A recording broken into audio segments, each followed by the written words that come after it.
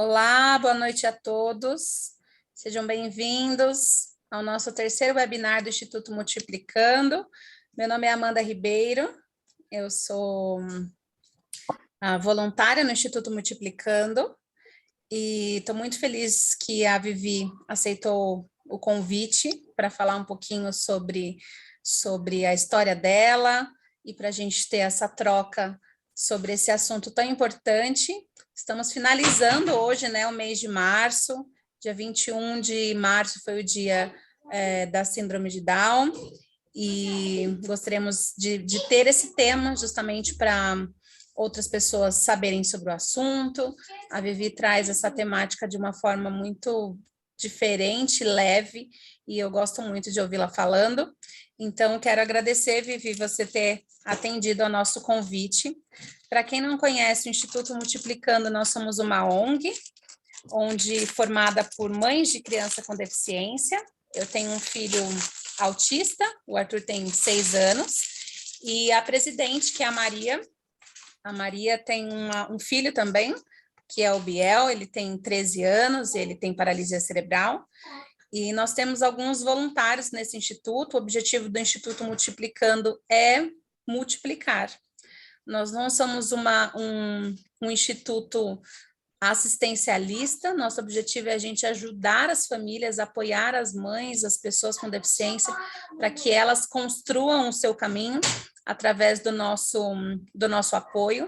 Então, muito obrigada. A Maria está dizendo que o Biel está agitado, mas está ouvindo aqui, acompanhando a gente. Obrigada, Vivi, obrigada por vocês estarem aqui. Então, agora eu passo a palavra para a Vivi. Fique à vontade, Vivi, estamos ansiosos por ouvir você. Obrigada. Boa noite a todas, a todos.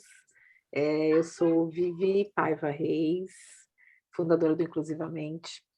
Eu sou uma mulher de pele morena clara, eu tenho o cabelo castanho bem escuro e os olhos escuros, eu estou usando óculos, tenho nariz de batatinha e tenho uma covinha do lado esquerdo, estou com uma blusa pink, um colar bem colorido, que são as cores do Inclusivamente, amarelo, laranja e rosa, pink. Atrás de mim tem um painel de madeira. E ali no cantinho tem uma luz piscando, que deu curto, né? São muito bem-vindas, é um prazer poder estar compartilhando com vocês o que é o que é estrada, o que é o caminho, o que eu descobri nesse caminho, os questionamentos que eu fiz. Aqui tem algumas pessoas que me acompanham há mais tempo. A Ana vai ser muito importante aqui para a gente, porque ela fez parte de um momento histórico assim para mim, que foi quando eu comecei a fazer uns questionamentos bem importantes, né, Ana? E eu acho que eu não aceito fácil as coisas que me são impostas, né? E eu acho que é por isso que a Amanda me trouxe aqui hoje, porque eu gosto de fazer perguntas diferentes daquelas que as pessoas já fazem, e questionar principalmente por que determinadas formas de pensar ou de falar, né? E eu acho que é questionando que a gente se movimenta, sai do lugar e vamos lá, vamos embora. Eu vou começar a compartilhar uma tela aqui com vocês para a gente interagindo. Qualquer dúvida, pode colocar aqui no chat, se não quiser interromper, tá bom? E depois a gente vai ter um tempo para conversar gostoso, mas para ter papo mesmo, tá? Não é só pergunta-resposta, não. A gente vai ter um papo bem gostoso.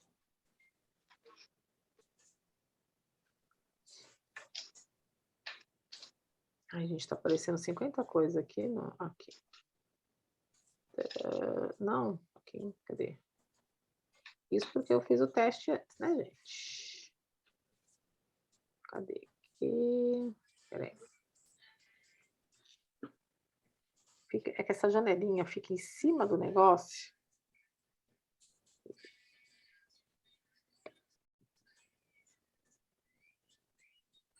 Gente, aquela hora... Peraí. Desculpem aqui as falhas técnicas na cara. Pronto, eu botei para baixo. Aqui, agora vai.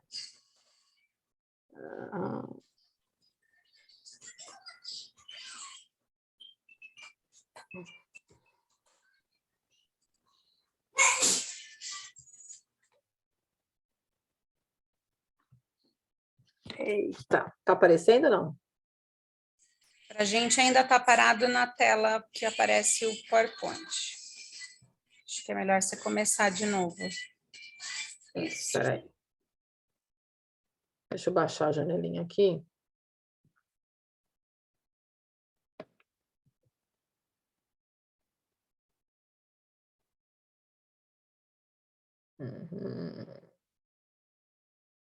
Ah, descobri o que foi que eu aprontei aqui. Eu tinha saído da... Pronto. Agora... Cadê? Parabéns.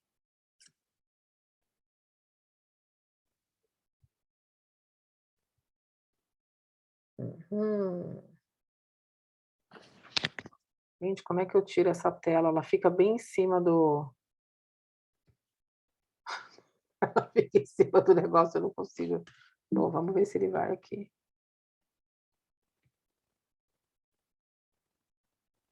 Ah, que nervosa. Ah, consegui tirar. Desculpa, gente. Vamos lá. Ok. Vocês estão vendo? Estão vendo minha tela? Sim. Sim? Ok. Então vamos lá. Sim, tá bom. Então tá. Desculpem aí. Eu ficava a barrinha do Zoom em cima de onde começava, eu não estava conseguindo tirar ela de cima. Então vamos lá. A maternidade, para mim, ela já é por si só uma construção plural, né? Porque a gente deixa de ser, ou melhor, a gente se transforma, né, aí de mulher e homem, pai, mãe. Cada filho chega de um jeito, cada filho com seu jeitão, com seu jeito de pensar, seu jeito de conceber a vida e nos transforma, né? Quando meu filho nasceu, me deram os parabéns. E quando minha filha nasceu, me disseram sinto muito. Esse sinto muito que muitas vezes a gente escuta por tanto tempo e continua escutando, né? Sinto muito. Sinto muito para essa carinha aí que vocês estão vendo. Essa carinha fofa, um bebê gostoso. E me disseram, sinto muito. Ela não vai mamar, sinto muito, ela vai ter dificuldade.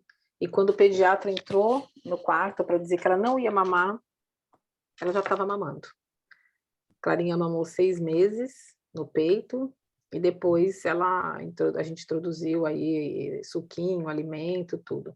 Mas não foi só esse não, foram vários nãos. Ela não vai correr, ela não terá sonhos, ela não saberá escolher, ela não irá praticar esportes. E, por fim, ela não é a filha que você sonhou. Alguém aqui não consegue ver as imagens? Eu preciso descrever ou tudo bem, posso ir comentando? Você sabe, Amanda, tem alguém com baixa visão? Todo mundo, pode ir, pode ir. Ok.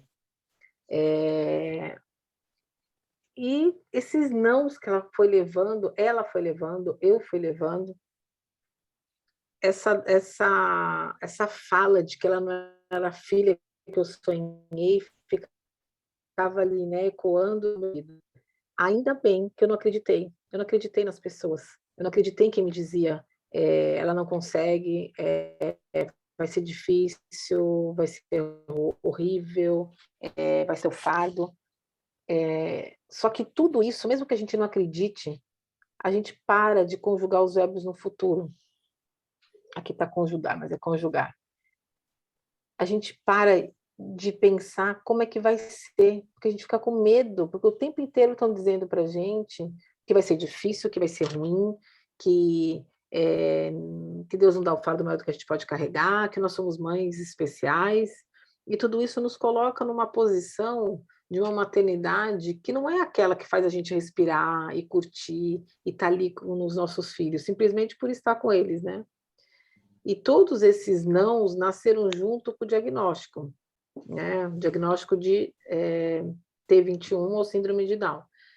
Ai, gente, saiu síndrome com Y aqui, não é, tá? Com I mesmo. Eu vou falar um pouquinho, porque a Amanda comentou que tem famílias aqui que os filhos têm outro diagnóstico, né? Que não é de síndrome de Down. Então, a síndrome de Down, ela acontece, em média, um caso a cada 800 nascimentos, 800 nascimentos, é a trissomia do par 21. Então, nós nascemos com 23 pares de cromossomos. No par 21, tem uma perninha, que seria um terceiro cromossomo. Então, por isso que chama trissomia do 21, ou síndrome de Down, que veio do nome do cientista que descobriu, que era John Langdon Down. Este Down não é de Down de inglês para baixo. Então, às vezes a gente escuta muito, o down, mas o down é up, tá? Esse trocadilho às vezes confunde, achando que o down é tipo para baixo, não tá de bom humor, né? E não é do nome do cara, né? John Langdon Down. A síndrome de Down em si não é uma doença, né? Ela é uma alteração genética, mas ela não é uma doença, mas pode trazer doenças associadas, como cardiopatia congênita, alteração da tireoide, uma maior propensão a problemas respiratórios, devido também à hipotonia, né? Hipotonia, que é o tônus muscular mais molinho, mais flácido. Então, a síndrome de Down em si não é uma doença. A Clarinha, por exemplo, é muito saudável. A Clarinha não teve nenhuma doença associada, né, à síndrome. E tem uma informação super bacana que acho que nem todo mundo sabe. Existem as diretrizes do Ministério da Saúde da pessoa com síndrome de Down. Então, ali a gente faz todo um rastreamento, exames, para quê? Para descobrir e investigar se existe alguma doença, né, alguma comorbidade associada. Para quê? Para poder dar o devido tratamento, né? Antigamente, mas criança com síndrome de Down morre cedo. Não sei se alguém já escutou falar isso. Né? Antigamente, as crianças com síndrome de Down morriam cedo. Por quê? Porque não se descobriam, por exemplo, a cardiopatia congênita, né? E aí, às vezes, a criança com 4, 5 anos vinha a falecer. Por quê? Porque ela não teve o devido atendimento. Tá? As diretrizes estão no Google, é uma cartilha, é só baixar lá. Inclusive, no portal do Movimento Down tem também. Me diz uma coisa, a janelinha onde eu apareço não está na tela para vocês não, né? Não, a gente está vendo a não sua, tá, sua tela e você um pouquinho. Tá, não tá em cima da escrita a minha tela. Tá. E aí, gente, a gente enfrenta muitos desafios. Eu estou falando, mas depois a gente vai voltar nos slides que vocês quiserem, a gente vai conversar, trocar. Então, as famílias, elas enfrentam desafios, por quê? Por causa de um capacitismo estrutural, né? Então, não se trata da deficiência, e sim das barreiras que passamos a enfrentar a partir do diagnóstico. Então, a gente fala assim, nossa, mas e o preconceito? Mas aqui não tem uma rampa, por exemplo, ou meu filho está na sala de aula, mas ele não entende o que está sendo falado. São todas barreiras do ambiente que precisam ser derrubadas.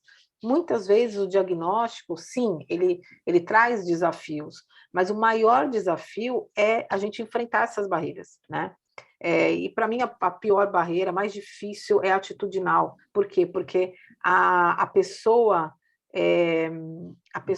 que acredita, né, e valoriza o outro, independentemente de ter uma deficiência ou não, ela oportuniza. Então, quando ela oportuniza, o outro pode mostrar quem ele é. Agora, se ela não acredita, ela nem dá a oportunidade do outro se expressar. A Luísa está perguntando se existe algum exame genérico, tipo sequenciamento exoma, se tem cobertura. Eu não sei, Luísa, olha, eu realmente não sei. Eu não sou da área da saúde, eu sou da área da educação. A gente pode procurar juntos. Te sugiro a doutora Ana Cláudia Brandão. Ela é especialista em crianças com síndrome de Down. Talvez ela consiga te dar essa resposta, tá bom? Tem também o Elo 21 também, que eles podem te dar aí maiores informações nessas questões de saúde, tá bom? Então, alguns dizem que quando nasce uma criança, quando nasce com deficiência, essa família recebeu uma missão. A guerreira, a mãe maravilhosa, coloca a gente num pedestal. Um pedestal que ninguém quer estar, mas eles te colocam para quê? Para dizer, olha só, você é maravilhosa, mas você que cuide, eu não tenho nada a ver com isso. Então, a gente precisa tomar muito cuidado, porque muitas vezes os elogios eles vêm camuflados de capacitismo e de uma forma de não serem, se eximarem da corresponsabilidade de inclusão. Né? Então, não é anjo, não é castigo, não é bênção, é uma criança que precisa ser olhada, que precisa ser vista na sua saúde, no seu desenvolvimento, né? Seja qual for o diagnóstico. Então, dessa forma, lá, a família se coloca em uma posição o quê? A sociedade fica assim, eu não sou eu não sou da família dela, você que tinha essa missão. Então, eles se colocam aí numa posição, tipo, não é comigo e não estou nem aí. Mas por que muitas vezes as pessoas fazem isso? Mas não é por maldade. Mas, poxa, às vezes a pessoa está querendo ajudar, né? Então, mas vamos entender um pouquinho por que a gente teve medo quando recebemos o diagnóstico? Por que a gente, às vezes, ainda olha para algumas deficiências e fala assim, nossa, que difícil, né? Como a vida é sacrificada dessa pessoa. E eu costumo dizer que a gente não pode dizer que um filho com deficiência ele traz mais desafios do que um filho sem deficiência, porque a gente não sabe. Tem jovens hoje que não têm deficiência e que têm questões psicológicas ou psiquiátricas, enfim, outras questões que são muito importantes a serem analisadas. E essas mães não são nem vistas. Elas têm vergonha, às vezes, de dizer que o filho tentou se matar, né? Então, como que é um jovem típico esse que tenta o suicídio, por exemplo, né? E a gente não fala que essa mãe é uma mãe guerreira ou uma mãe, né? Pelo contrário, às vezes dá culpa a essa mãe, né? Pelas atitudes do jovem. Então, a gente precisa olhar também a sociedade de uma forma mais ampla, mais completa, de uma forma mais coletiva, né? Então, vamos lá. Por que será que a gente, né? Pensa assim e fala muitas vezes ou escuta, né, coisas que a gente fala assim, caramba, mas não caiu a ficha ainda, né? Numa pesquisa do Datafolha, nas ruas, foi perguntado, né, você acha que tem racismo no Brasil? Eles fizeram só duas perguntas. Uma era, você acha que tem racismo no Brasil? E mais de 90% das pessoas responderam, sim, tem racismo no Brasil. Aí fizeram a segunda pergunta. Você se considera racista? E mais de 90% disseram não. A conta não fecha, né, gente?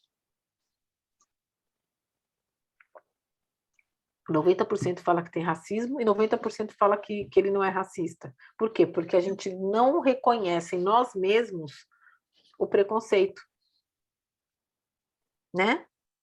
No nosso imaginário, olha lá, embora nos consideremos ser um país rico em diversidade, sabemos que não somos um país que incentiva a convivência plural e inclusiva. Não valorizamos essa diversidade da escola, no mercado de trabalho, na sociedade em geral, né? E por que isso? Vamos responder aqui no chat. Vamos lá, vamos responder, porque assim a gente fica ativo aqui também. Vocês estudaram quando vocês estavam na escola de pequenos, vocês estudaram com crianças com deficiência? Pode responder aí no chat, sim ou não.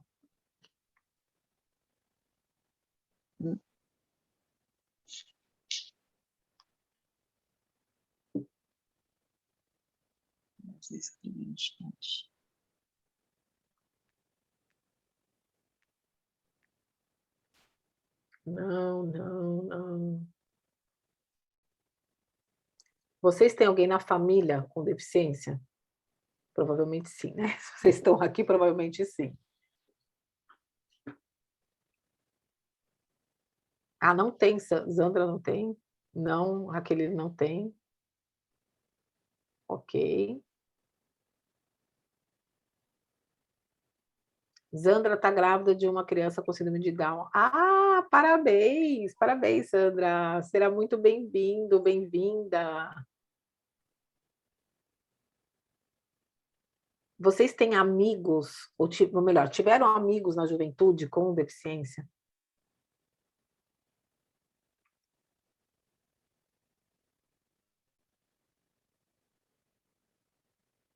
Vocês tiveram namorado, ou, enfim, namorado, amante, marido, mulher aí, com deficiência?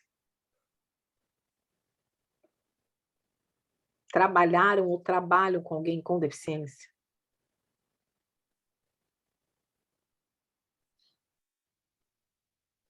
A Raqueline falou que trabalhou, a Denita também. Mas vocês viram quantos nãos a gente deu aí? Vocês percebem que a gente não convive com pessoas com deficiência quando a gente é pequeno? Que é quando o nosso cérebro está se formando, quando ele está olhando o mundo como uma página em branco. E uma página em branco que está prontinha para escrever muitas histórias, histórias plurais. Né? A criança ela absorve tudo que ela vê, ela quer partilhar, ela não vê a deficiência como uma limitação. Ela vê que aquela criança, de repente, não está conseguindo fazer tal coisa, ela quer ajudar, quer fazer junto. Então, a gente precisa, desde cedo, conviver, porque senão lá na frente a gente vai falar o quê? Ah, recebi um diagnóstico de síndrome de Down, por exemplo. Puxa, mas o que eu sei sobre síndrome de Down? Então, eu vou falar para vocês o que eu sabia. Eu sabia de 2 crianças que tinham morrido pequenas. Qual era o meu histórico sobre isso? O que vocês acham que eu ia sentir quando eu recebi o diagnóstico? Medo. Medo de perder minha filha. Por quê? Porque eu tinha convivido com pessoas com síndrome de Down. Olha lá, o César também nunca tinha conhecido ninguém. A única imagem que eu tinha de pessoa com síndrome de Down era de um jovem andando na rua, de bracinho dado com a mãe. O que essa imagem trazia para mim? Que ele nunca seria independente. Ele não estava sozinho na rua, ele estava de bracinho dado com a mãe. Gente, tentando baixar esse negócio aqui, negócio basculho não baixa. Então, aquilo que a gente vive até o momento do diagnóstico é o que vai definir o que a gente vai sentir na hora do diagnóstico. Vocês entendem isso?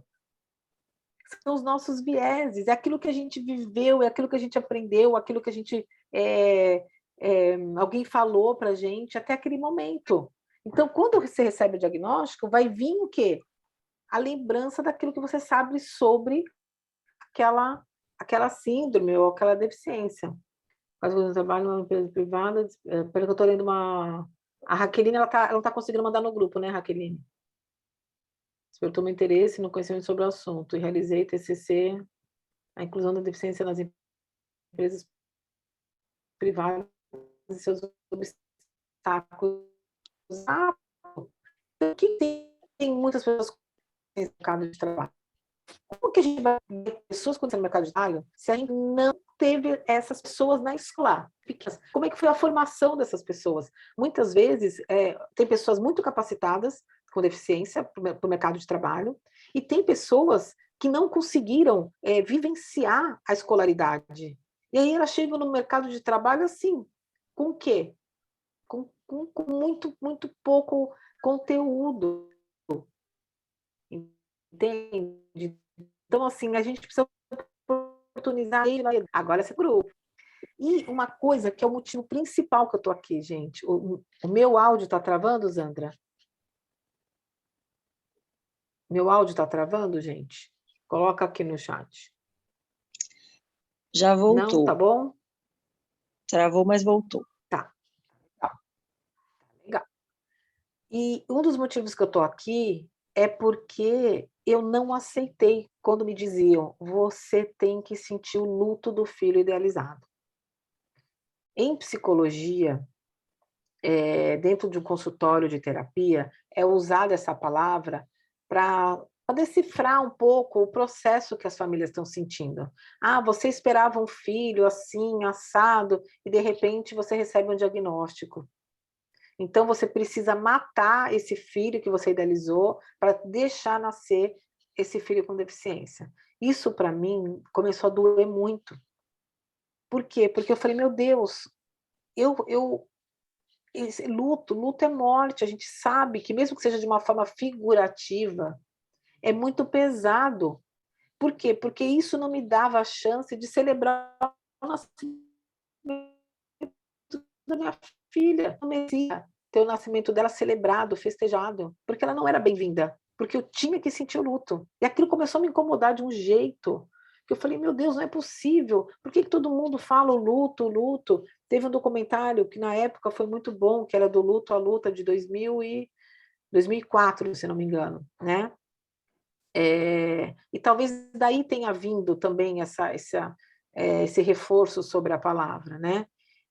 Mas a gente evoluiu, a gente está tendo novos entendimentos. Então, continuar usando o luto, o filho ideal, ninguém tem filho ideal, gente, tem ele deficiência ou não, né? Então, por que que a gente tem que apenas dizer que quando nasce com uma deficiência ou recebe um diagnóstico, então é preciso passar pelo luto? Todo sentimento é válido, e eu não estou aqui para dizer que tem que esconder nada, ou tem que fingir que aceitou, não é isso. Todo sentimento é válido, todo, gente, todo. Porém, a gente precisa olhar para dentro da gente e conversar com quem tem capacidade de nos conduzir pela mão e nos ajudar. Se a gente falar isso para alguma pessoa que não tem a convivência, ela vai achar que a nossa vida é uma porcaria, né? Que é horrível. Aí depois a gente bate na porta da escola e fala assim, mas eu quero vaga para o meu filho. Eu falo, mas se nem você queria, por que que eu tenho que aceitar? Então, quando a gente coloca isso de uma forma aberta,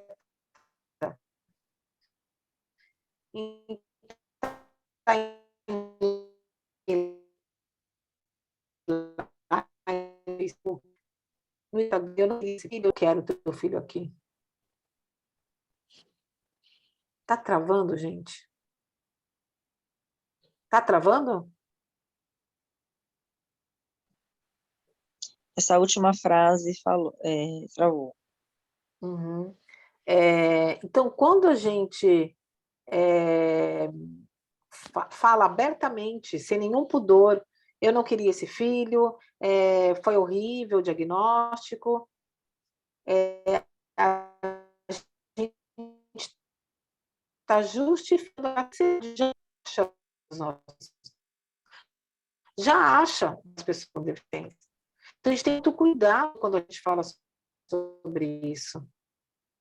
Travando de novo. Para mim está tudo. Peraí. Tá tudo.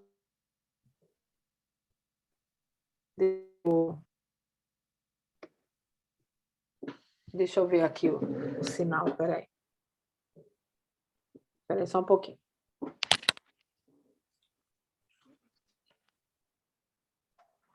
Vou abrir a porta. Oi. Tá tudo bem? Tá, eu abri a porta aqui. O que que acontece? A gente está chegando numa tempestade. Não sei se está dando para vocês escutarem, mas está chovendo muito, está fazendo muito barulho. Eu acho que é isso que tá dando instabilidade. Vamos lá. Apresentação. Tudo bem? Tá. Vou de novo aqui. Nona, fecha a porta da Clarinha. Então, eu não aceitava que me dissessem que o nascimento da minha filha representava um luto. Isso, desculpa, gente, tá uma tempestade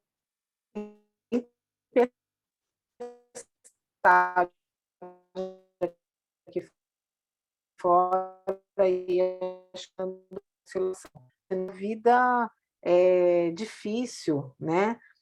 E eu comecei a questionar isso há 5 anos atrás, exatamente, dia 29 de abril, fechar o meu vídeo. Será que eu sei fechar o meu vídeo? Vamos ver aqui.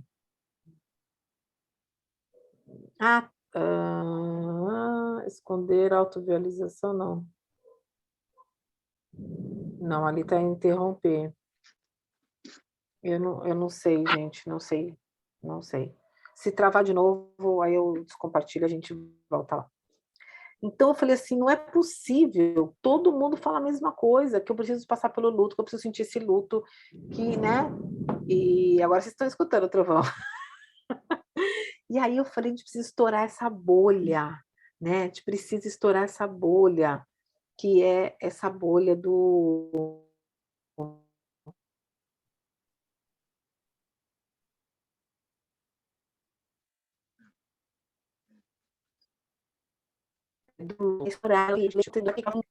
por que eu tenho medo, né? E me permitir enxergar oportunidades onde muitos me mostravam só impedimentos, só me diziam que era ruim, que não era bom, o que era difícil, né? Mas enxergar cores, isso é tão difícil para a gente.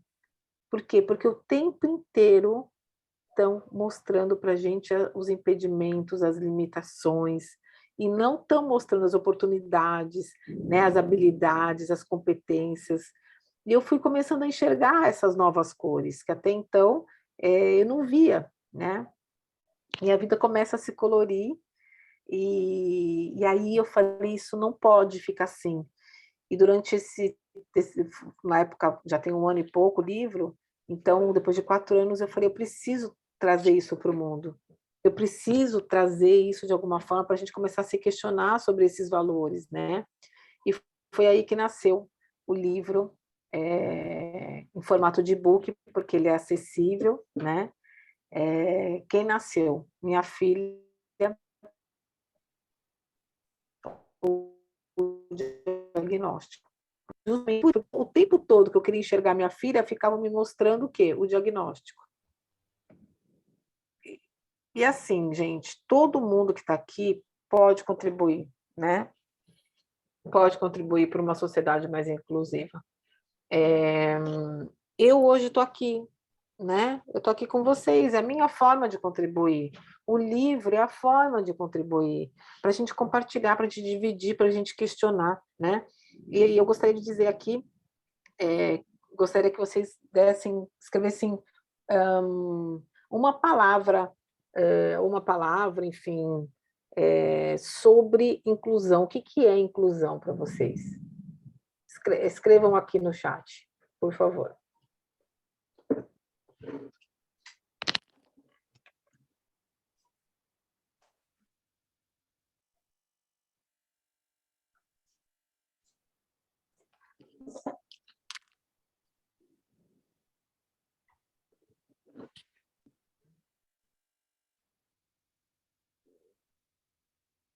Amar, o que mais? O que é inclusão? Não diferenciar. Entender a realidade do outro e respeitar. O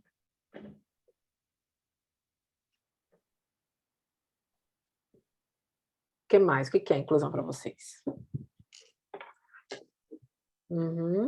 Entender a singularidade de cada um e oferecer as mesmas oportunidades. Ótimo. Ampliar e aceitar a todos. Muito bom, Sérgio. Ser igual nas diferenças, né, Cida? A única coisa que nos faz iguais é que todos somos diferentes, até gêmeos. Poder estar e fazer tudo, né? É muito importante diferenciar pertencimento, de inclusão. Por quê? Porque às vezes a criança ela está incluída, né? Então ela tem ali um suporte, ela se sente bem, mas ela pode se sentir pertencente ou não. Por quê? Porque ela de repente não participa, ela não está realmente incluída. E contrapartida, às vezes ela está numa escola especial, por exemplo, uma instituição, e se sente pertencente. Por quê? Porque ela fala, não, mas aqui eu estou com aqueles que me compreendem, eu estou com outras crianças que só têm deficiência. Porém, pertencimento e a inclusão real é a pessoa poder escolher onde ela quer estar e se sentir pertencente em todos os lugares, e não só onde a sociedade diz que ela tem que estar. Esse é um tema complicado, né, gente? Terapeutizando a maternidade. Quem é mãe aqui já escutou? Estimula, estimula, estimula, que ele vai se desenvolver como qualquer outra criança, no tempo dele. O quanto é importante a parceria com os terapeutas, com a escola. E o quanto é importante nós, família, brincarmos, sermos simplesmente pai e mãe.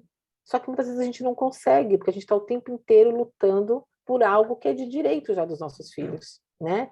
E com isso, a gente terapeutiza a maternidade. Por que eu usei esse termo? Porque às vezes a gente estimula tudo aquilo que a gente faz, a gente fica pensando assim, vou brincar disso daqui, porque eu vou estimular a área do cérebro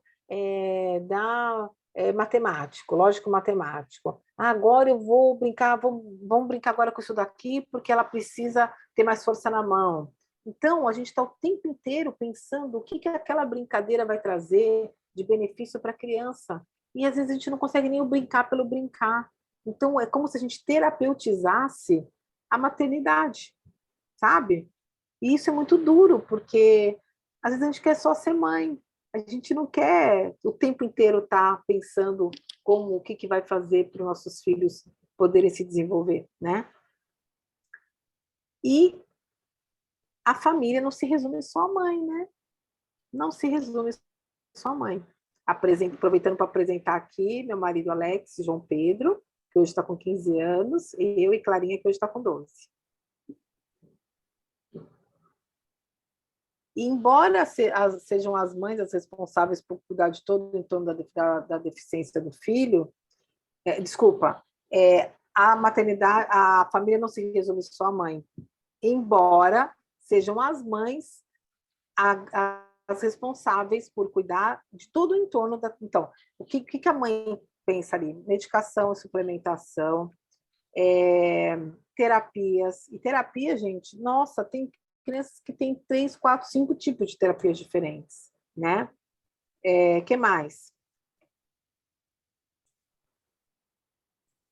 Inclusão escolar, os deslocamentos, então, leva para cá, leva para lá, faz um esporte, aí volta para a terapia e vai. Estímulos, alimentação, né? Então, onde é que sobra tempo para a gente ser mãe?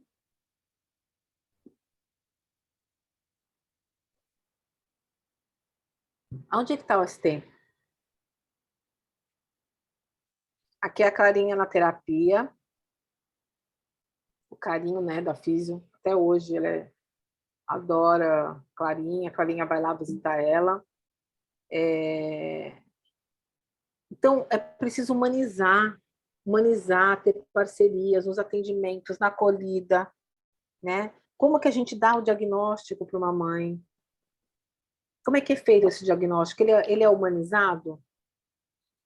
Ou ele só fala assim, nossa, olha, é o seguinte, eu sinto muito, que nem eu sinto muito lá, que eu escutei, que a gente escuta o tempo inteiro, sinto muito não ter vaga para o seu filho, sinto muito, seu filho não vai conseguir, sinto muito, sinto muito, sinto muito. Então, a gente precisa humanizar cada vez mais os relacionamentos, estar mais junto, acreditar. Para quê? Para que a gente possa também humanizar o quê? A vida, né? Aí ela aí, a piquitica fazendo terapia, gente. Olha o tamanho do toco, olha o tamanho do toquinho. E eu gosto muito dessa frase, porque às vezes a gente pensa que basta a gente levar os nossos filhos na terapia para que as coisas aconteçam, né? Mas tão importante quanto preparar os nossos filhos para o mundo e pacientes aqui para quem é terapeuta, né? Professor, alunos para quem é professor, é preparar um mundo para eles. Por quê? O que é o preparar um mundo? É quando eu vejo que algo não está certo, eu vou lá, vou intervenir, eu vou falar, eu não vou permitir que aquela criança seja excluída, eu não vou permitir que coisas ruins aconteçam. Eu vou educar. Ah, mas o cara falou retardado, o cara falou não sei o quê. Olha, a gente não se fala assim, porque antigamente as pessoas com deficiência intelectual eram chamadas de retardado, de idiota, de imbecil. Então, se a gente não educar o mundo também, eles vão chegar lá na frente e não vão conseguir ter espaço. Por quê? Porque o mundo não foi preparado para eles. A gente preparou o mundo, a gente preparou eles, mas não preparou o mundo, né? Eu gostaria de ler aqui para vocês um trecho. Esse daqui, ó. Deixa eu ver se dá para ver aqui. Peraí. Aqui, sim. É o e-book, tá? Então, eu queria ler, tem várias passagens aqui que eu queria ler para vocês, mas tem uma que aqui me fez pensar muito nessa questão do luto, e eu queria dividir isso com vocês. Vamos lá.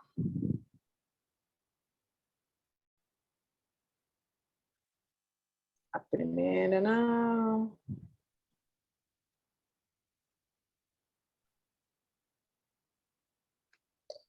É esse daqui.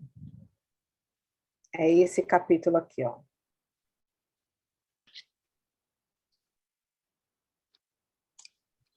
O que a morte do meu pai me ensinou sobre o nascimento da minha filha. Essa foi, com certeza, a ficha mais importante que me levou a escrever mais sobre esse assunto. Em 2017, eu recebi uma das notícias mais difíceis da minha vida.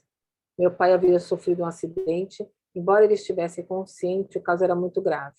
Ele corria risco iminente de uma hemorragia. Cheguei ao pronto-socorro desesperada. Queria vê-lo, dizer que eu não sairia do seu lado. E assim foi pelos próximos intermináveis dias. Ver a sua dor e não poder fazer nada foi uma sensação de impotência imensa. Ele estava com medo. Já sentia que não era nada tão simples. E eu, segurando a sua mão, não parava de dizer: pai, está tudo bem. O senhor vai dançar a valsa com a Clarinha no seu aniversário de 15 anos. Iremos falar muito de Portugal e de todas as suas aventuras. Passou o primeiro dia e a angústia parecia diminuir. Começava o segundo dia de internação e havia muita incerteza sobre o quanto ele estava machucado por dentro. Revezávamos durante o dia. Ele estava abatido, quase todo o tempo sedado. No terceiro dia, cheguei bem cedo para trocar de lugar com meu irmão, que havia dormido lá. Eu acariciava a sua cabeça, beijava a sua testa e dizia baixinho: te amo tanto, tanto, pai. Logo, logo iremos para casa comer aquele bacalhau no forno que o senhor tanto ama. Em um certo momento, a sua respiração ficou ofegante. Chamei a enfermeira. Ela disse que era normal, mas eu não me convenci. Chamei a equipe que estava de plantão, e assim que entraram no quarto, seu coração parou. E eu, segurando a sua mão, só pedia para que seu coração voltasse a bater. Voltou. Ele foi para a UTI. As horas viraram minutos, os minutos segundos, o tempo parou. Cada vez que vinham dar o boletim, meu coração parecia sumir. Houve mais uma parada. Ele voltou. Houve outra parada. E foi a última. Ele se foi. Eu queria que ele esperasse. Só mais um minuto. Queria segurar sua mão mais uma vez. Queria levar aquele último olhar para a eternidade. Eu não podia acreditar que no dia seguinte tudo iria mudar. Nada mais seria como antes. Não teria mais o seu abraço. Não teria mais as suas histórias. Não nos veríamos mais. O nosso amor seria eterno. Mas tanta coisa que eu amava tinha acabado ali. Seu coração parou de bater. e o meu parecia parar também. Eu não acreditava que ele tinha partido, a dor era imensa. Faltava-me o ar, faltavam-me palavras.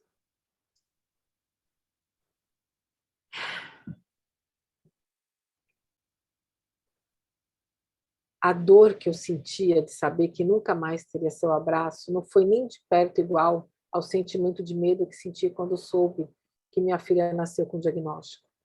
Esse luto que dizem que devemos passar por esperar um filho ideal é extremamente injusto com nosso filho ou filha, principalmente porque assim que podemos vivenciar as novas conquistas e desafios, ao invés de perdermos, apenas ganhamos. Luto é morte e nossos filhos estão vivos. Eu não podia mais aceitar que aquela dor era comparada ao nascimento da minha filha, que a morte do meu pai era comparada ao nascimento da minha filha, mesmo que de forma figurativa. Eu não podia mais aceitar. Hoje o convite que eu faço para vocês é da gente parar e pensar tudo aquilo que ensinaram para a gente, o que é real e o que a gente simplesmente aceitou, por achar que era uma verdade. E eu trouxe um presentinho para vocês. Bom, olha que bonitinho. Eu tinha tirado o livro, né, do cupom desconto. O e-book, ele custa normalmente R$ 48,50, está aqui, ó, do lado esquerdo. Aqui.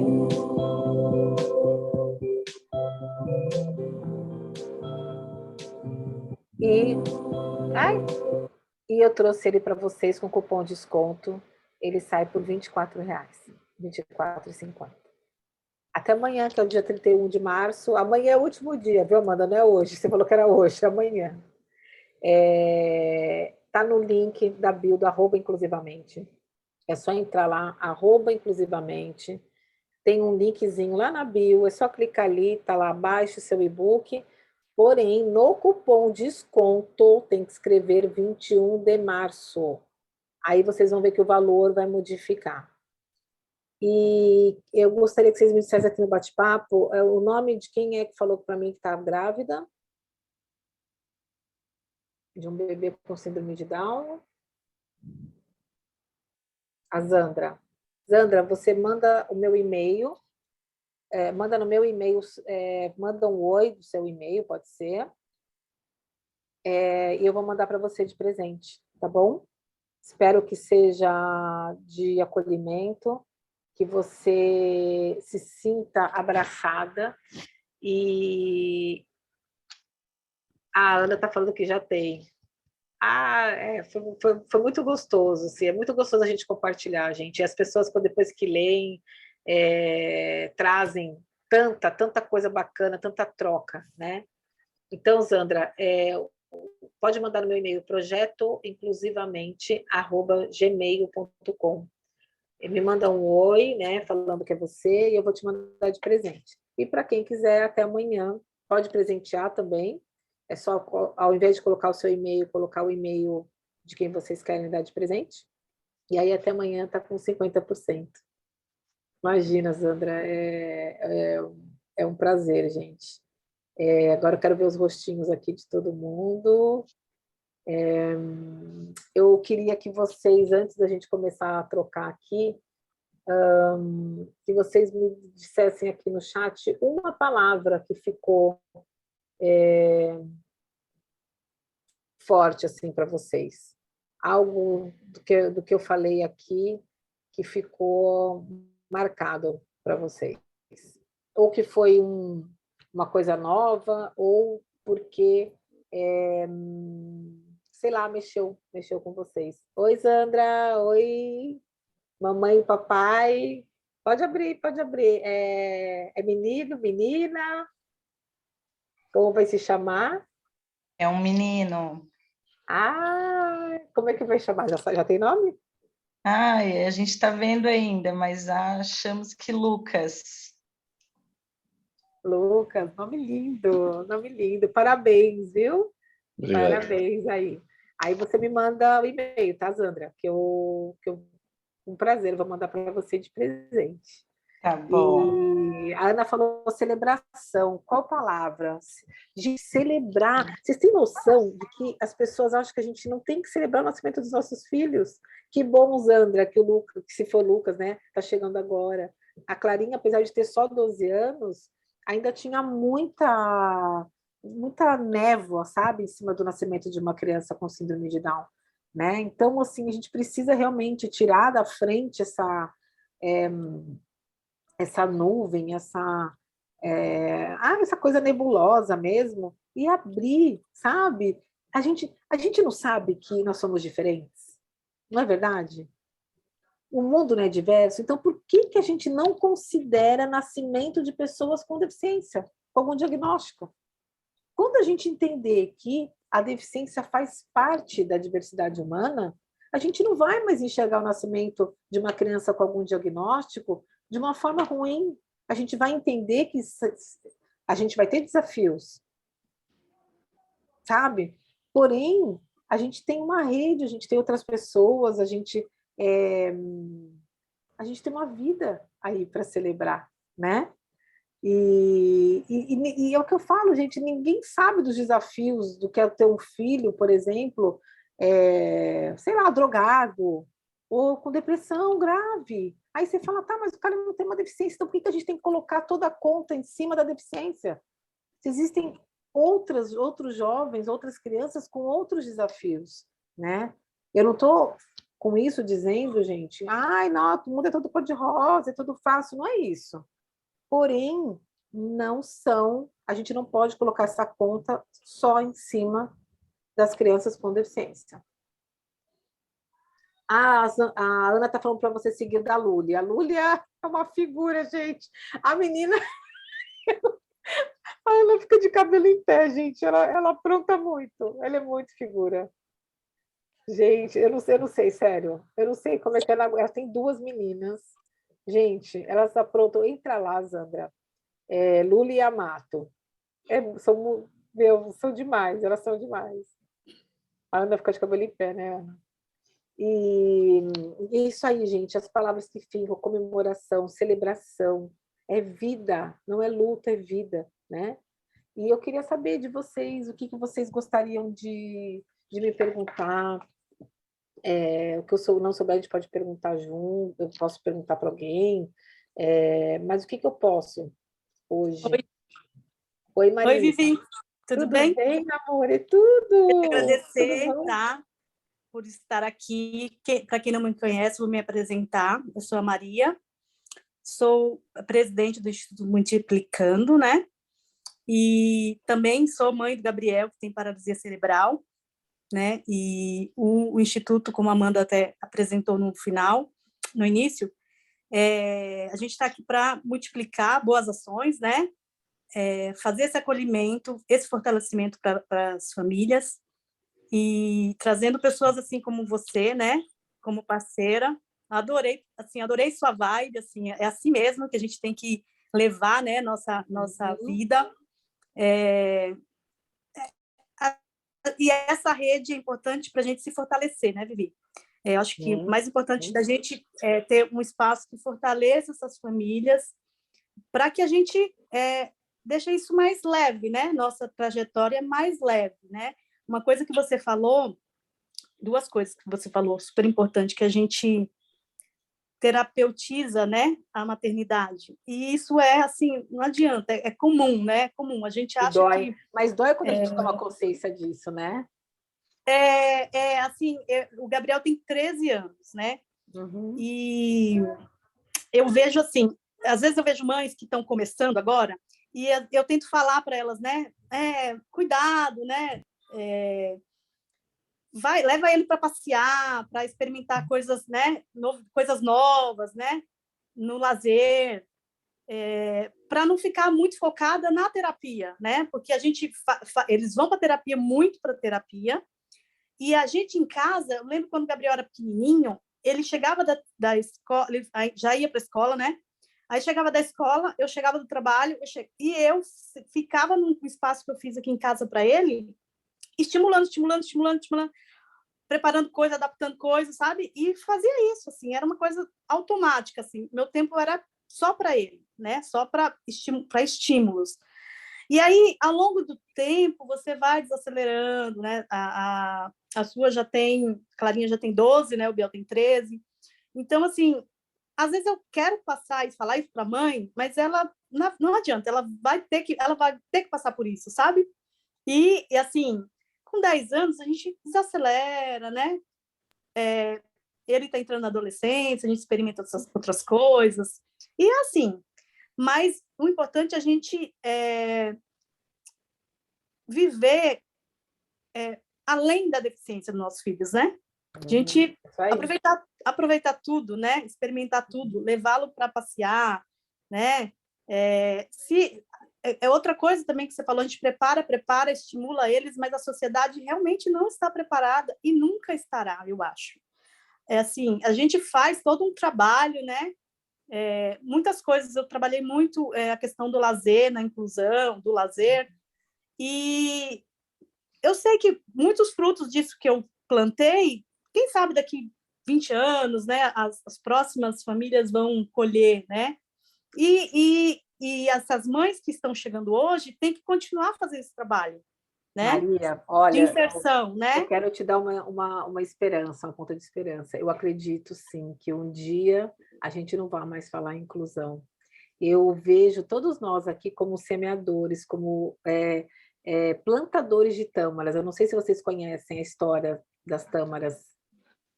Conhecem? Não lembro.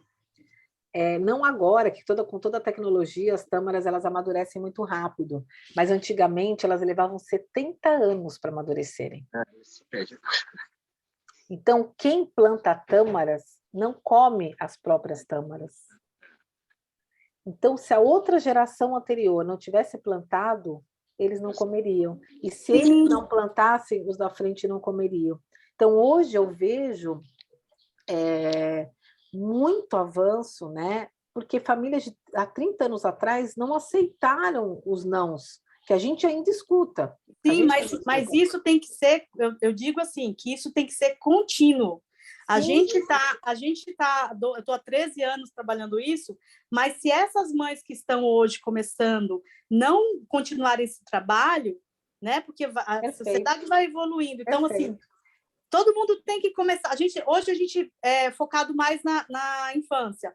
Tem outras famílias que é mais focado na pessoa adulta, né? E esse trabalho, essa roda tem que estar sempre girando, né? E a gente tem que estar trabalhando, fazendo essa nossa rede, né? Fortalecendo essa rede para que não pare de rodar, né? É isso. Exatamente, é isso. Nossa, perfeito, Maria, é isso.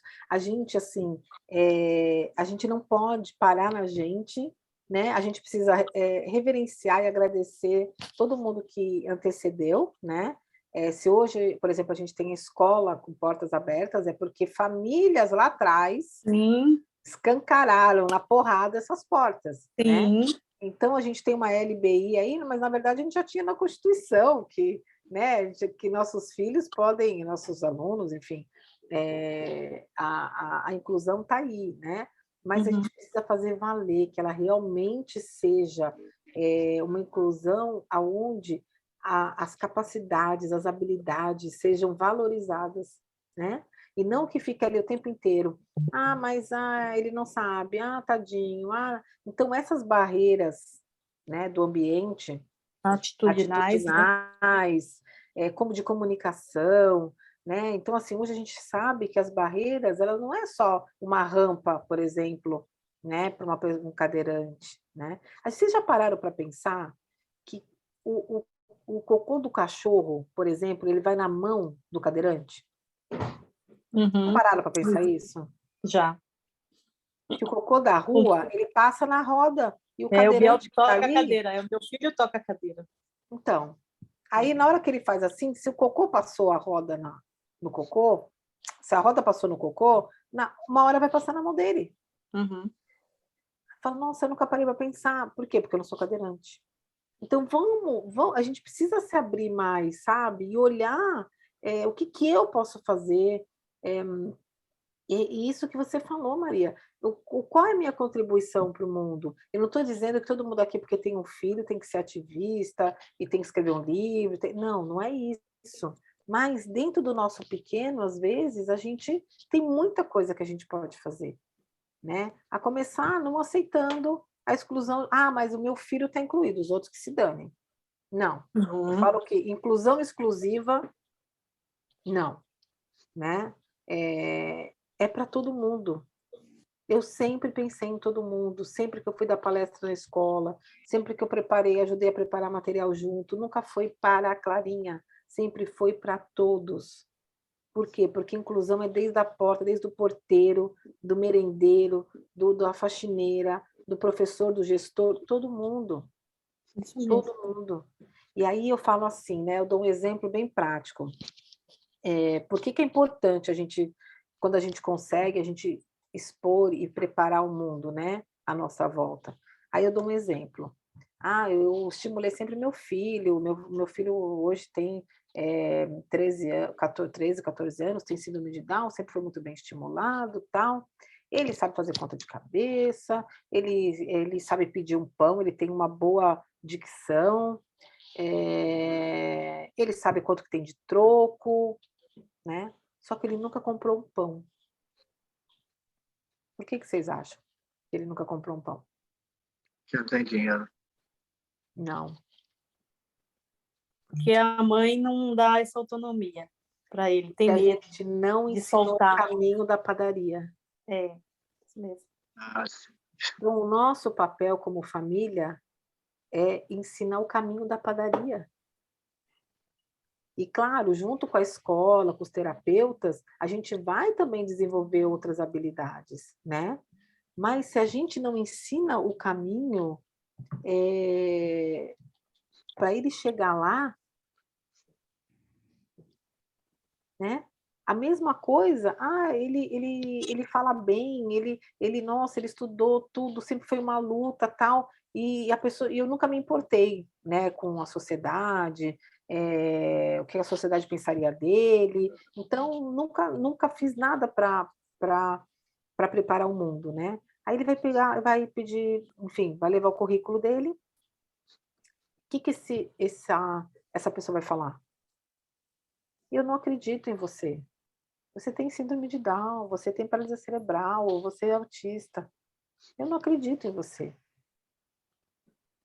Então, é importante que a gente traga, muitas vezes, no grupo de família, um artigo, alguma coisa, numa escola. Mas eu não tenho filhos. Mas pergunta na escola do seu filho se tem crianças com deficiência. A inclusão é importante para todo mundo, não é só para os alunos com deficiência. É importante para todo mundo, porque a gente está aprendendo a viver. A escola é o primeiro ambiente social que a criança vive. É a partir dali que a gente constrói depois uma sociedade macro, né?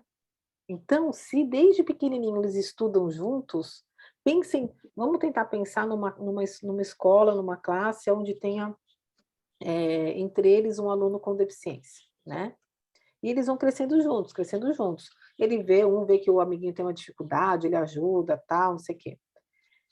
Lá na frente, o amigo que não tem deficiência, ele está ali, ele é um gerente aí de uma loja. E ele foi contratar uma pessoa. E ele pegou 2 currículos. Os 2 currículos são iguais. Iguais. Só que iguais assim, tipo, mais ou menos as mesmas competências, né? Só que uma pessoa tem deficiência, a outra não. Provavelmente ele não vai olhar e falar, não, mas já que os 2 são mais ou menos o mesmo currículo, eu vou pegar o que não tem deficiência, né? Que vai ser mais fácil para mim. Não. Ele vai enxergar como ele está enxergando o outro que não tem deficiência. Ele vai tentar encontrar o quê? Quais outras habilidades que eles têm, que um tem e o outro não tem. De repente, um sabe trabalhar melhor em equipe, o outro tem mais empatia, o outro sabe incentivar mais. Então, ele vai buscar ele não vai ficar preso à deficiência. Aquilo não vai trazer para ele um repertório. Lembra que eu falei para vocês do viés nosso, né? Então, se eu estudei, se eu convivi com pessoas com deficiência, eu não vou olhar para ela como um coitadinho, como alguém que é incapaz, Aconteceu né? uma coisa interessante essa semana, recente, assim, acontece sempre várias coisas, né? Mas é que eu lembrei agora essa semana. Levei o Biel no dentista e na recepção tinha um pai com 2 crianças, né?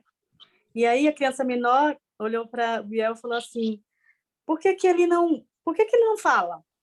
Aí o pai ficou bravo, já pegou ele no colo e falou assim: para, filho, para de perguntar. Ele fala assim, né? Ficou assim, ficou morrendo de medo assim da minha reação, eu acho. Não, não, filho, ele fala assim, senta aqui, fica aqui. Tipo, tirou o menino de perto, sabe? Eu falei, não, deixa ele perguntar, é importante, né? Ele saber, talvez ele não convive, né? Ele fala do jeito dele, né? Ele entende também se você brincar, ele gosta de brincar. Então, fala com ele. E aí a criança se aproximou, né? Aí o outro também começou a brincar, o mais velho, né? Aí eu perguntei para o mais velho: você tem alguma criança igual o Gabriel na sua escola? Aí ele falou assim: eu tenho igual a ele, não, que está na cadeira de rodas, não. Mas tem um que, sei lá, eu acho que ele esquece as coisas. A gente pergunta o nome e depois fala que você é meu amigo, daqui a pouco ele fala que não é mais amigo, ele esquece as coisas. Eu falo, ele é autista. Ele falou, isso, é isso mesmo, ele é autista. Então, assim, muitas vezes a criança não convive mesmo, E né? tratou de forma natural. Você viu como ele falou para ele, muito natural? mas os pais, a gente tem que ensinar os pais, né? Porque os pais não tiveram essa convivência. As crianças sabem lidar melhor que os pais, porque os pais não conviveram, como você perguntou lá no início. Não tiveram pessoa com deficiência na escola, né? Na família, não convivem. Então, é importante esse conviver, né? Por isso que Claro, eu com reforço, certeza. né? Que a gente tem que ir no shopping, a gente não tem que sair com o filho só para ir para terapia, a gente tem que sair para ir para o shopping, tem que sair para ir para o parque, né? E assim, e fazer de tudo para que ele seja incluído numa escola regular, né? Para que essa sociedade lá na frente aprenda, né? A conviver. Exatamente, exatamente. E a gente também, se a gente puder ter redes, Andra, né? Pai, mãe, amigos, para a gente compartilhar, sabe? Porque é muito importante a gente ter uma rede de apoio, né? Para que a gente não esqueça da gente também, né? Porque a gente fica tão, às vezes, ali absorvido, né? Pelas terapias, por tudo aquilo que a gente precisa fazer, e a gente esquece da gente, às vezes esquece do casal, né? Então, aceitar ajuda, né? Aceitar que as pessoas contribuam. Ah, mas eu não sei como lidar. Vamos lá, vamos junto, eu te ensino, a gente aprende junto, né? É super importante. A rede de apoio, ela é muito, assim, muito, muito importante. E o que mais aí que vocês querem perguntar?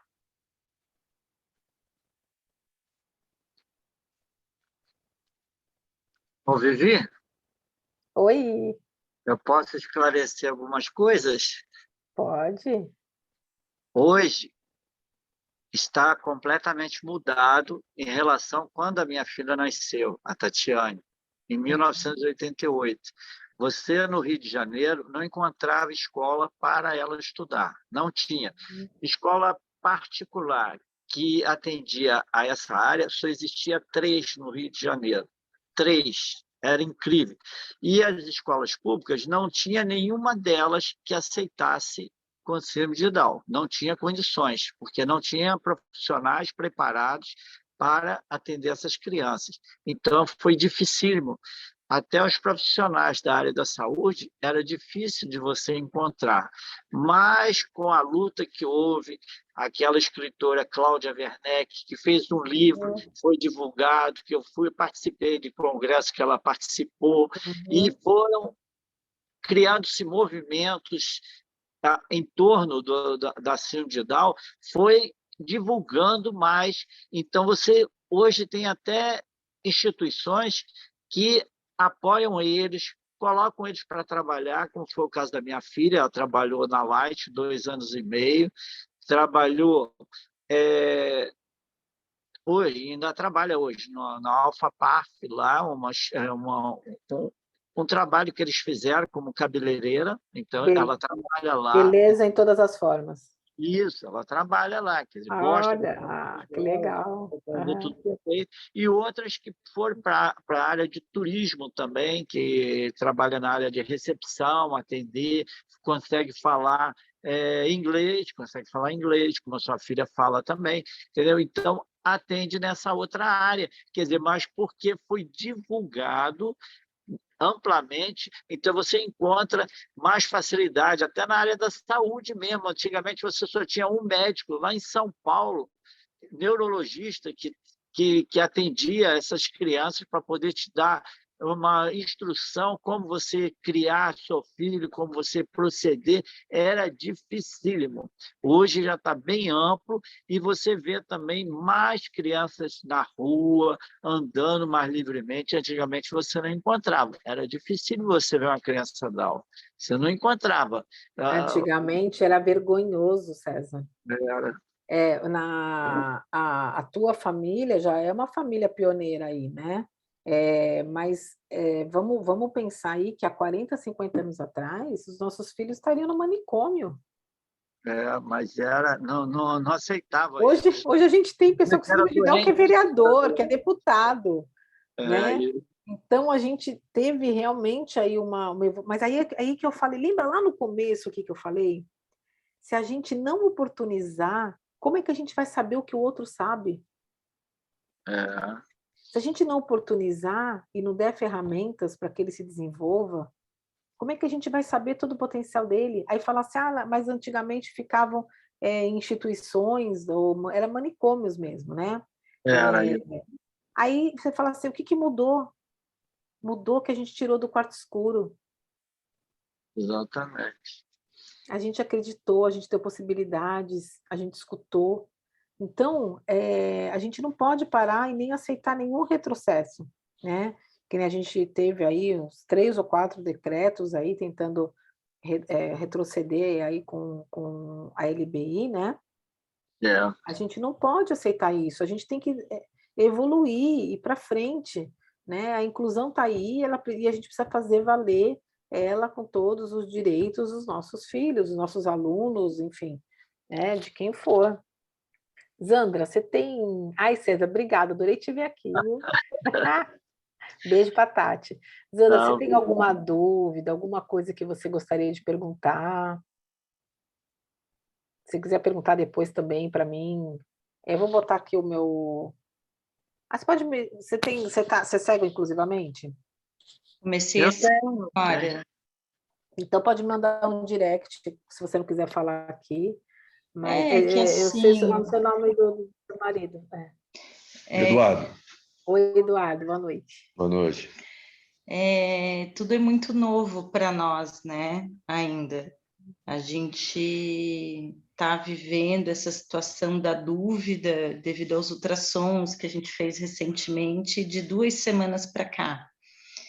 Aí eu fiz o NIPT, que é um exame não invasivo de sangue, e deu 95% de ser síndrome de Down, que somado às alterações que tem dado no ultrassom, a gente tem certeza praticamente, né? Então, eu entrei em alguns grupos de WhatsApp, que foi através de lá que descobri que teria hoje esse encontro, alguém divulgou lá, e aí eu estou me apropriando do assunto, então, de 2 semanas para cá, né? Então, eu sei que vão surgir muitas dúvidas ainda. Turbilhão de emoções, né? Muito, muito.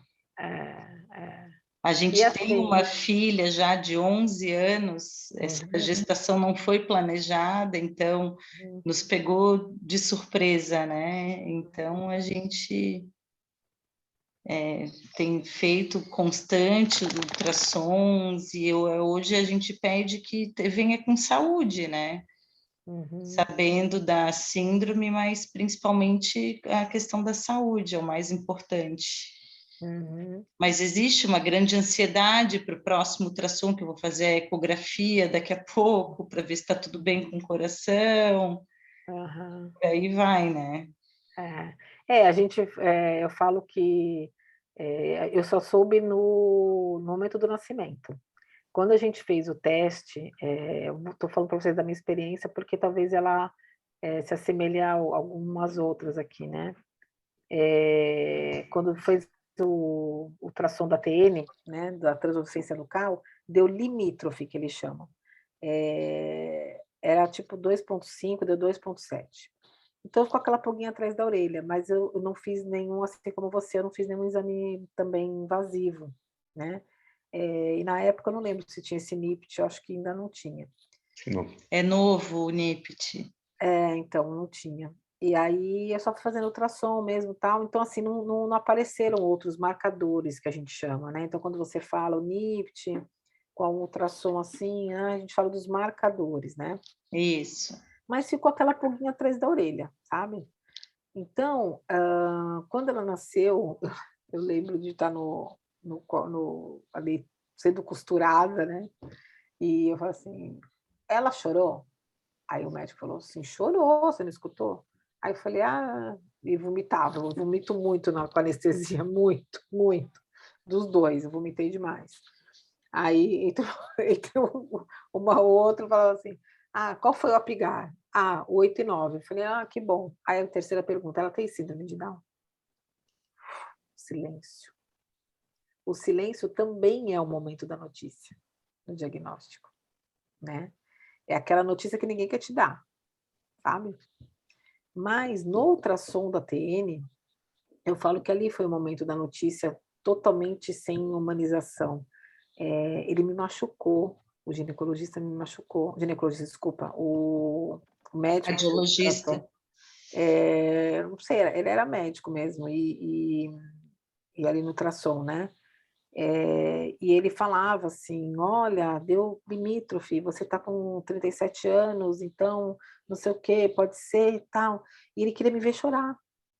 E eu falei assim, tá, tudo bem. Eu falei, a gente vai ver nos próximos tal. Você não está entendendo. Reza para que seja síndrome de Down, ele falava. Porque pode ser muito pior. Então, assim, olha como te traz, é o teu filho, você está gerando uma vida, né? Então, silenciar essas vozes é muito difícil, é muito duro, porque o tempo inteiro estão te mostrando o diagnóstico, por isso, daí que vem o nome do livro. Tem um capítulo que fala, não é luta, é vida, né? E esse seria o nome do livro. Mas quem nasceu minha filha, o diagnóstico, ele é muito forte, porque ele não é só o diagnóstico de síndrome de Down. Muitas famílias que não têm filhos com síndrome de Down se sentiram totalmente representados, né, no livro. Por quê? Porque é tudo muito parecido, né? Essa coisa do não celebrar o nascimento, do sinto muito, né? Então, a gente silenciar tudo isso e escutar, sabe? Curtir a gravidez, isso que você falou, preocupada com a saúde, vamos lá, vamos ver o que precisa ser feito, né? E acolha todo sentimento que vier, sabe, Edu, Zandra, porque é normal, é natural que a gente tenha medo, é natural que a gente não saiba como é que vai ser, as dúvidas, a gente tem mais dúvidas, né?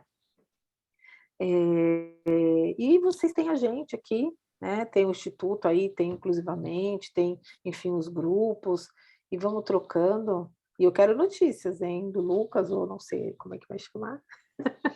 Eu queria acrescentar, Pode falar. indo ao encontro do que foi falado, desculpa, do que foi falado em relação à inclusão, né? Quando a gente, na primeiro lá, ultrassom, com 12 semanas, aquele morfológico, que foi a TN deu um pouco alterada, deu 3,1. Aí a gente conversou com a nossa filha, né? A minha filha, né, sempre quis ter um irmãozinho, uma irmãzinha. Uhum. E aí ela, assim, filha, assim, deu uma alteraçãozinha e o pai e a mãe ficaram preocupados que pode vir com síndrome de Down, pode. Aí ela para nós, com 11 anos, tá, mas e qual o problema se vir com síndrome de Down? O que tem? O que tem, assim? sabe? E aquilo ali, ela foi assim um tapa na nossa cara, né, no bom sentido, né? assim, né? Então, isso nos dá muita esperança, porque com a nossa filha a gente nunca tinha Me conversado arrepiou. Me com ela arrepiou. sobre síndrome de Down, sobre, né? E ela vindo falar isso, então dá uma esperança de um mundo melhor, né? Com De certeza. cada vez estar melhorando isso, né? Então isso e esse combustível a gente vai usar para sempre, né? A gente nunca vai esquecer dessa frase, né? Era no primeiro momento, então, e aí quando chegou domingo agora, que a minha esposa abriu o exame que a gente recebeu por e-mail do NIPT, né? Que é ali que praticamente confirmou-se, né? Ela queria ser menino ou menina, a minha filha, tá? Deu síndrome de Down, mas o foco dela era menino ou menina.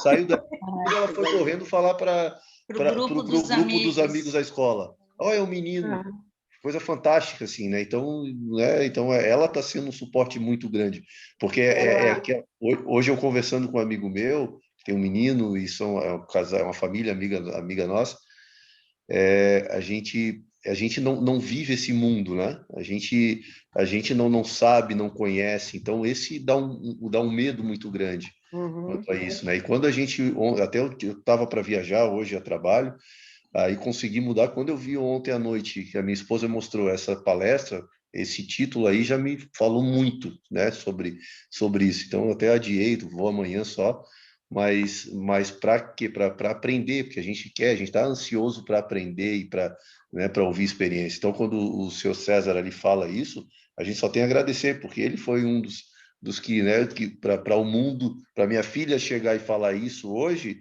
foi graças ao seu César e graças a todas vocês que cada um fez o seu papel, né? Isso é bacana, isso é gostoso. Gente, nossa, Edu, demais. Eu fiquei arrepiada, assim. imagina. Deixa eu só Eu falar um também. pouquinho também, que eu tenho uma filha assim. Pode falar. Primeiro, falando que sua filha falou para vocês, minha filha tem 6 anos, eu falo assim, com síndrome de Down, né? E eu falo, graças a Deus, ela nasceu no melhor momento, né? Porque, assim, hoje já tem escola, hoje a sociedade, assim, até hoje, praticamente ela não sofreu preconceito, e quando ela nasceu era isso, era um medo que eu tinha, né? Que é normal. Como vai ser? Eu nunca tinha trocado uma fralda, a gente fica com essas angústias. Mas o que eu posso dizer é que, assim, primeiro que eu estou super à disposição, vocês vão ver o Instagram da minha filha, vocês vão ver, tipo, é uma vida, assim, normal, essa peca, e eu tenho 2 filhas, eu trato igual, eu dou bronca, eu vejo, assim, nela uma característica, ela tem uma característica que é a síndrome de Down, mas no começo tudo era síndrome de Down, depois isso vai virando um detalhezinho, e você vê que essas angústias, tal, elas vão diminuindo, vão perdendo a importância, e, assim, tudo vai passando, essa angústia que a gente tem, do medo, do preconceito. Eu falo assim, graças a Deus ela nasceu no século XXI, que é tudo assim, o mundo está muito mais aberto, as pessoas acolhem minha filha, sabe? Então eu vejo o carinho que as pessoas da rua têm, então eu vejo assim, eu sou tão orgulhosa dela, assim, eu falo assim, gente, eu não mudaria um fio de cabelo dela, porque é ela, sabe? Então eu só queria passar para vocês que realmente a gente, quando tem a notícia, a gente toma um susto, isso é normal, mas que depois, com o tempo, a gente vai vendo que é uma característica dela, assim como tem da minha outra filha também, tem as suas peculiaridades, e que a gente é muito feliz com nossos filhos, sabe? E no que vocês precisarem contar com a nossa experiência, dúvidas, etc., é só escrever, que é muito bom trocar experiência.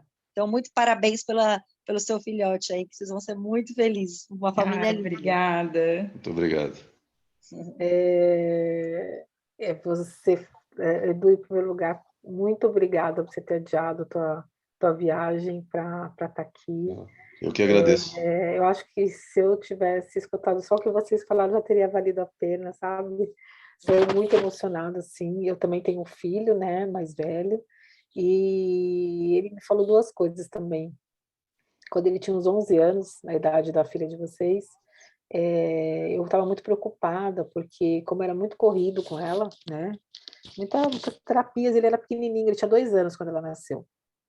Então ele ia junto, né, não tinha com quem deixar, então ele ia junto na fisio, na fono, até quando ele falou assim um dia para mim, ele tinha uns 4 anos, eu sei falar, por que que eu vou na fono, eu sei andar, por que que eu tenho que ir na fisio, né, porque eu não tenho quem deixar. Então eu ficava jogando palavra cruzada com ele, ficava brincando de forca, ele foi alfabetizado com 4 anos, porque era o tempo que a gente tinha, e nas terapias dela a gente ficava junto, né. Mas com 11 anos, eu fiquei muito preocupada. Eu falei, meu Deus, como é que será que ele enxerga, né, isso? E aí eu falei, filho, você acha que a gente ama mais a Clarinha do que você? Aí ele olhou assim e falou, por quê? Por ela ter síndrome de Down? Eu falei, é. Ele falou assim, eu nunca achei que ela é mais amada. Ela precisa de mais atenção, não de mais amor. E a outra coisa que ele falou foi semana passada, porque ele está com 15, ele não, odeia foto, vídeo. Ela é super Aparecida. Eu falo que eu errei o nome dela. Mas não devia ser Maria Clara, devia ser Maria Aparecida, porque ela adora um vídeo, uma live, adora. E ele detesta, detesta. Aí eu falei, filho, grava um vídeo falando como é que é ter uma irmã com síndrome de Down agora na semana, né? Da síndrome de Down, então ele olhou para mim e falou, não. Falei, filho, grava um vídeo, né? Outras pessoas vão ver. Ele falou, eu não sei o que é ter uma irmã com síndrome de Down, por que eu vou gravar? Eu falei, como assim? Ele falou, você quer ter uma irmã. Ponto. Então a gente já conquistou muita coisa, só que é o que a Maria falou, a gente não pode parar aqui. A gente precisa continuar a semear, mesmo que às vezes a gente cansa, mesmo que às vezes a gente acha que está demorando, ou que ainda tem. Vamos embora, porque muita coisa já mudou, desde da Tati, do César, até a Clarinha, que está com 12, e daqui a pouco o Lucas está chegando, a Luli da Ana. A Luli da Ana, gente. Pensa no cão chupando manga. A menina é o terror. Ai, é tudo anjo, anjo. Ela mente descaradamente. Ela estava com a boca toda suja de bolo de chocolate, que ela tinha enfiado mãozão no bolo de chocolate, com a boca inteira suja, e a Ana falando assim para ela, né, Ana? Você comeu bolo de chocolate, Lula? Eu não. De jeito nenhum. Ela é muito, gente, ela é uma figura. Ela esteve aqui em casa. Eles são do Rio, mas eles estiveram aqui em Santos. E foi muito gostoso, assim, foi muito legal, assim, poder estar com elas. Então, assim, abraçar, sabe? Conseguir respirar, daqui a pouquinho vocês vão conseguir respirar um pouquinho melhor, Edu, Zandra, né? E o que vocês precisarem podem contar com a gente, tá bom? Obrigado. Obrigada. Gente, eu acho que já deu aí o horário, não sei, mas se alguém quiser perguntar mais alguma coisa, pode perguntar. Ô, Vivi, Uhum. mais uma coisinha. A minha, ela agora está engraçada, que ela fala assim, pai, eu tenho síndrome de Down, então você tem que me respeitar, que eu tenho síndrome de Down. Respeitar é ótimo, gente. Me respeite, né? Ai, É meu o Deus do jeito céu. dela. É. A Clarinha César, ela falava assim, ela tinha o quê? Uns 7 anos, mais ou menos, 8, a gente começou a falar mais sobre síndrome de Down com ela. E aí a gente estava assim na sala, todo mundo, e eu falei assim, quem tem síndrome de Down aqui, levanta a mão. Aí ela levantou a mão. Eu falei, nossa, que bom, né? Ela tá tendo consciência, né, que ela tem síndrome de Down e tal. Aí ela olhou assim, levanta a mão, Pepe, pro irmão, que tem síndrome de Down. Aí ela, mama, levanta a mão você também. Eu, como assim, Clarinha? Todo mundo que tem síndrome de Down. Porque acho que na cabeça dela era, eu tenho síndrome de Down, mas eu sou dessa família, então todo mundo tem também. Hoje não, hoje ela fala que é ela, né? Mas ela, como a gente sempre falou de uma forma muito natural, assim, então, para ela tudo bem, entendeu? É aquela frase que fala ser diferente, não é diferente, eles são iguais a todo mundo.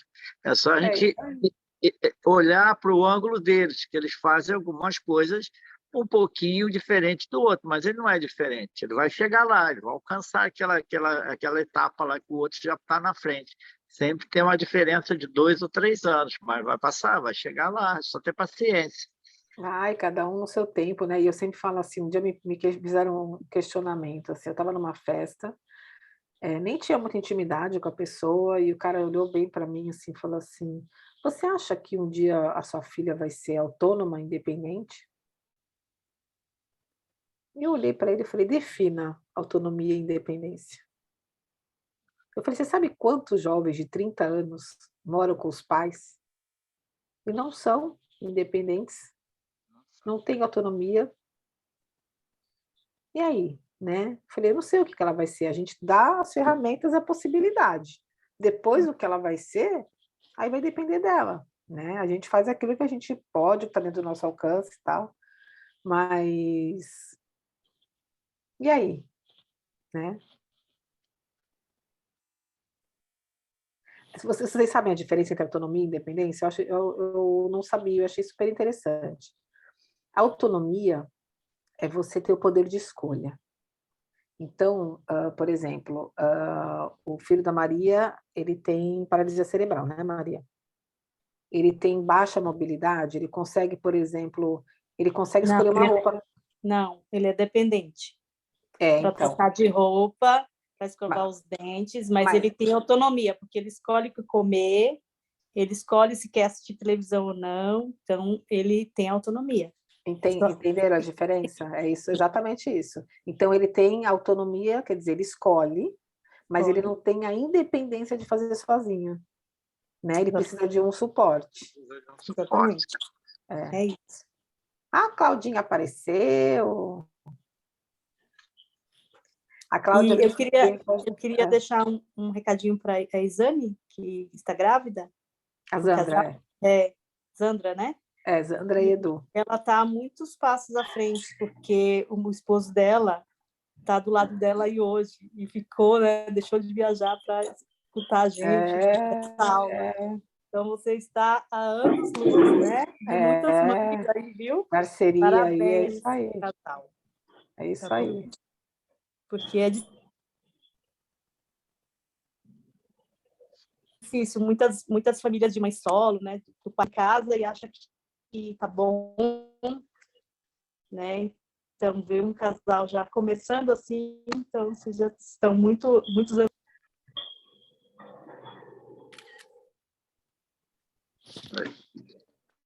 Quer falar alguma coisa, Cláudia? Você abriu o microfone? Não. Boa noite para todo mundo. Estou aqui só de telespectadora e aprendendo um monte. Obrigada, gente. Bom, sempre tem muito a aprender. Sua linda, a gente aprende junto, né? Eu acho que... Acho não, tem a Einstein tem uma frase que eu acho muito interessante, né? Que ele fala assim, burrice, não é burrice, é estupidez achar, não é estupidez achar que vai encontrar respostas diferentes com as mesmas perguntas. Então, eu acho que quando eu comecei a questionar sobre o luto, eu procurei, gente, eu fiz uma pesquisa no mundo inteiro. Ninguém fala sobre isso. Fala sobre o luto do filho idealizado, mas não fala sobre a gente desconstruir isso, porque isso impede, é uma das barreiras da inclusão, né? Talvez você ainda não tenha escutado, Zandra, mas, Edu, as pessoas falam assim para a gente, olha, você vai passar pelo luto do filho idealizado, que é aquilo que eu expliquei, né?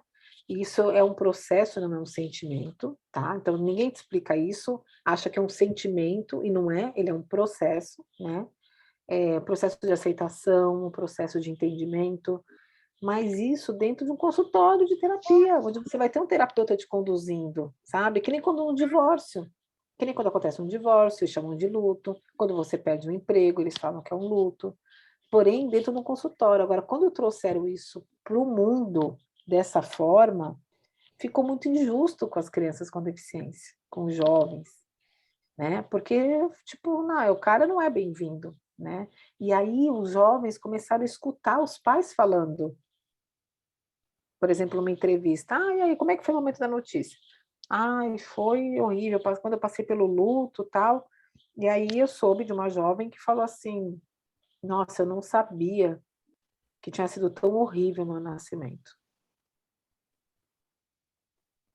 Então a gente reproduz isso sem se questionar do impacto disso nos jovens escutando sobre eles. Hoje eu vou desculpa interromper, eu vou fazer meu relato em relação a isso. Ontem a gente foi fazer ultrassom, um médico muito bom, inclusive, que tem nos auxiliado muito. Ele é especialista em medicina fetal. Ele fica 1 hora com a gente fazendo o exame, assim. E assim, às vezes não cobra também. Ele fala, venham aqui dar uma espiadinha daqui a 2 semanas. Sabe? Mas ontem ele falou uma frase em relação a isso. Olha, que aí a gente fez algumas perguntas, assim, o que eu sugiro para vocês, caso vocês não estejam, né, legal emocionalmente, é procurar um psicólogo, talvez, porque nesse momento talvez vocês estejam vivendo o luto. Aí eu peguei aquilo, recebi aquilo e conversando com aquele mesmo amigo meu de hoje, foi agora, eu estava jogar futebol e antes eu conversei com ele para dar notícia até para ele, né?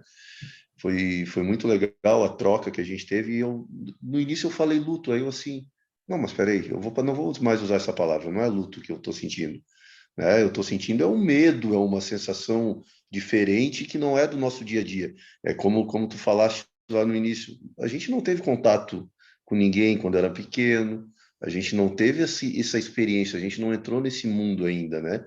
Esse mundo não tem ninguém ao nosso redor que tem, né? E é um mundo que a gente vê, como a gente está vendo aqui agora, pelos relatos, e como a gente vem pesquisando desde quando a gente soube lá do primeira alteraçãozinha no exame, que a gente vê que todos que falam que é um mundo maravilhoso, que é um mundo de, né, que claro que a gente precisa se doar, a gente precisa ter, né, terão algumas alterações no nosso dia a dia, mas que acaba a gente valorizando o que realmente importa na nossa vida, né? E assim, então, essa troca, e foi tão legal que aí a gente estava antes do jogo. Quando eu entrei, ele veio para mim e já tinha acabado, ele veio emocionado para mim. Eduardo, parabéns, sabe? Parabéns pelo filho, parabéns pela gravidez, né? E conte sempre com a gente, conte com a minha família sempre, assim. Então, esse tipo de troca é interessante. E por isso que eu digo, graças a Deus eu não fui para viajar, né? Tudo que a gente ouviu aqui, a gente está vivendo e a gente já tem até relatos na prática disso, né? Então, está sendo muito válido. Que bom que vocês estão tendo esse tipo de experiência. Eu queria dizer duas coisinhas. Uma do que você falou, o nosso cérebro, ele é muito inteligente, né? O cérebro, não é que ele é inteligente, ó. Ele funciona assim, aquilo que eu não conheço, eu afasto, porque eu não sei, eu desconheço. Então, a primeira coisa que vem na nossa cabeça é, eu não conheço, então eu não quero nem saber, porque é um sistema de defesa, de sobrevivência, né? E a outra coisa que eu queria te falar é tem um congresso, depois eu posso te mandar no direct também, está no YouTube, no Congresso Genética Não é Destino, de 2020, que eu participei. No final, eu dou os parabéns para todas as famílias que não puderam celebrar o nascimento dos filhos. Vocês não têm ideia da enxurrada de direct que chegou para mim dizendo obrigada. Foi o primeiro parabéns que eu recebi em 20 anos, em 30 anos, em 40 anos. Então, olha que crueldade, né? Da gente tirar das famílias isso de poder comemorar, de celebrar o nascimento dos filhos. Por quê? Porque a sociedade diz que está fora do padrão, né? Então, a gente precisa se questionar mais sobre esses padrões, sobre o que realmente importa, né? Eu acho que o livro ele traz muitos aspectos, eu acho que vocês vão gostar bastante, bastante. Depois vocês me contam, tá bom? Eu preciso encerrar, gente, porque precisa terminar às 22 aqui, faltam 5 minutinhos. Ô, Vivi, Oi. antes de você encerrar, eu queria agradecer a Amanda Ribeiro, do Instituto Multiplicando, você que nos proporcionou esse bate-papo alegre e os participantes que também se aproveitaram de toda essa matéria que você trouxe aí para a gente aprender um pouquinho mais. Está de parabéns, uma boa noite para você. Obrigada. E para todos. Eu agradeço o tempo, a presença de cada um de vocês. Eu falo que o Inclusivamente é vento que espalha a mudança. Eu me sinto assim, me sinto vento, né? E que a gente possa ser vento. Porque às vezes furacão, às vezes tempestade. Mas... Ô, Vivi e demais participantes, Eu estou vendo hoje que tem pouquíssimas pessoas aqui, e só no grupo que eu participo, que é um grupo que se chama TN Alterada. Uhum. Lá tem quase 200 pessoas, assim, e tem Nossa. muitas mães com várias necessidades e preocupadas e perguntam, e às vezes repetem as mesmas perguntas diariamente. Eu estou ali e não sei se de repente divulgar mais, porque isso poderia estar alcançando o maior número de famílias, né? E lá tem tantas mães assim, e de repente seria bacana para ter um preparo, né? Não sei se às vezes Pode divulgar, né?